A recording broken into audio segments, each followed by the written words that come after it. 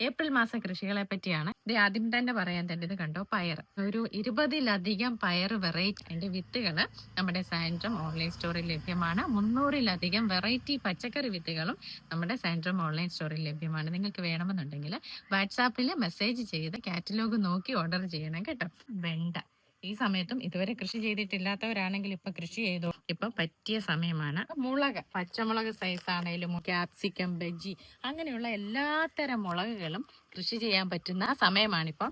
എല്ലാത്തരം ചീരകളും, പച്ചച്ചീരയും, ഇതേ പ്ലാത്താങ്കര ചീരയാണ്, അതുപോലെ നമ്മുടെ അരുൺ ചീര, നാടൻ ചീര, മയിൽപ്പീലി ചീര, സുന്ദരി ചീര, അങ്ങനെയുള്ള എല്ലാ ചീരകളും, പാലക്ക്, കേയില, ഇലവർഗത്തിൽ ഇലയായിട്ട് നമ്മൾ കഴിക്കുന്നുള്ള എല്ലാ ചീരവർഗ്ഗങ്ങളും കൃഷി ചെയ്യാൻ പറ്റുന്ന സമയമാണ് ഇപ്പോൾ. വഴുതനയും നമുക്കിപ്പോൾ കൃഷി ചെയ്യാൻ പറ്റുന്ന സമയമാണ്. പീച്ചില കണ്ടോ, അതുപോലെ ചുരക്കായും നമുക്കിപ്പോൾ കൃഷി ചെയ്യാവുന്നതേ ഉള്ളൂ. എല്ലാ തരം കുക്കുംബറും ഈ സമയത്ത് കൃഷി ചെയ്യാം. അതുപോലെ പൊട്ടുവള്ളരി, വെള്ളരി, ഇതെല്ലാം നമുക്കിപ്പോൾ കൃഷി ചെയ്യാനായിട്ട് പറ്റും. പടവലവും മത്തനും വെള്ളരി ആണെങ്കിലും തണ്ണിമത്തനാണെങ്കിലും എല്ലാം ഇതുപോലെ വളർത്താനായിട്ട് പറ്റും. തക്കാളിയും നട്ടുപിടിപ്പിക്കാൻ പറ്റിയ സമയമാണ്. ഈ കുറ്റി വളരി പിടിപ്പിക്കാവുന്ന സമയമാണ്. അതുപോലെ പാവലെല്ലാം വെക്കാൻ പറ്റിയ സമയമാണ് ഇപ്പോൾ കേട്ടോ.